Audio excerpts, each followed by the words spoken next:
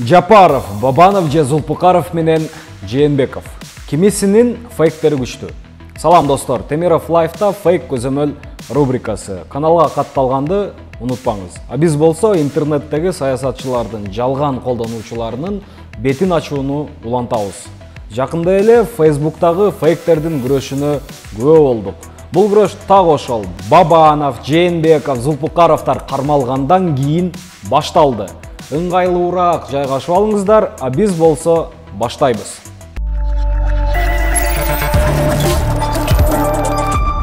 Доорон Эшматов, ал фейк колдонуучу. Анын профилиндеги сүрөттөр аркылуу издеп жатып, сүрөттүн чыныгы ээсин табып алдык. Сүрөт казакстандык Биржан Багисовго таандык. А бул Биржан Багисовдун Одноклассниктеги баракчасы. Лентаны карап жатып, так ошол Доорон Эшматов колдонгон сүрөттү таптык.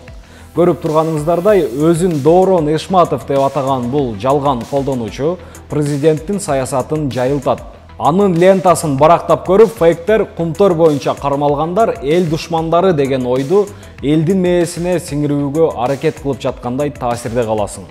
Эң башкысы муну кимдер айтып жатканын унутпоо керек. Биз 73 фейк колдонуучуну аныктап чыктык. Бул фейктер кез-кезде Ташиевди, Акылбек Жапаровду жана Теңиз Бөлтүрүктү колдогон билдирүүлөрдү жазып турушат. Алардын биримдикте иш жүргүзгөнүн белгилей кетүү зарыл. Эми Бабановдун фейк армиясы тууралуу сөз кылалы. Алар Бабанов кармалгандан кийин кыймылга келишти. Алардын ичинен 40 фейк колдонуучуну аныктай алдык. Эң эле кызыгы, аталган 40 колдонуучунун ичинен 20сы июнь айынын башында түзүлгөн. Алар буга чейин унчукпай жүрүшүп, Бабанов кармалары менен жалган аккаунттарды түзүүгө шашылышкан. Мисалга, Керемет Акимовна, анын биринчи посту 7 июнь күнү жарыяланган. Ушул эле сүрөттү интернеттен табабыз. Сабина Муратова, Нургүл Асылбекова, Апсамат бул жалган колдонуучулардын бардыгы июнь айынын алгачкы аптасында түзүлгөн. А Бабанов 31 майда кармалган болчу. Анын фейктери кожоюнун бир аз далилдерди келтирип коргошот экен.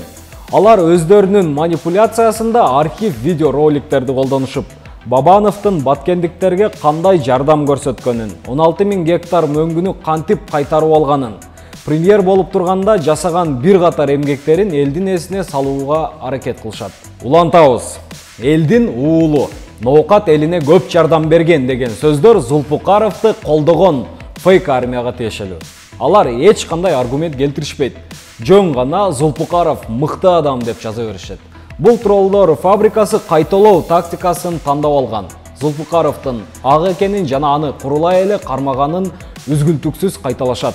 Мында дагы фейк колдонуучулар жок эмес. Мисалы, Жамиля Нурбекова башка бирөөнүн сүрөтүн колдонот. Ушул эле фейктер Асылбек Жээнбековду да колдошот. Сиздин оюңузча аларды эмне бириктирет? Албетте, биримдик саясий партиясы. Алардын лентасында ак ийилет, бирок сынбайт, эл уулуна боштондук деген сөздөр дагы эле сакталып турат. Бул троллдор фабрикасынын ичинен 150 фейк колдонуучуну аныктадык. Бирок муну менен эле чектелип калбай, соц тармактын админдерине даттанууну калтырып жатабыз. Жана сиздерди да кайдыгер карабоого чакырабыз. Фейктер менен күрөшүү узак жана оор жумуш. Дагы бир жолу эске сала кетейин. Маалыматтын тактыгына ынануу үчүн болгону колдонуучунун баракчасына кирип эле жетиштүү. Чыгарылышты жыйынтыктардан алдым, көңүлүңүздөрдү саясий фейктердин рейтингине бурам.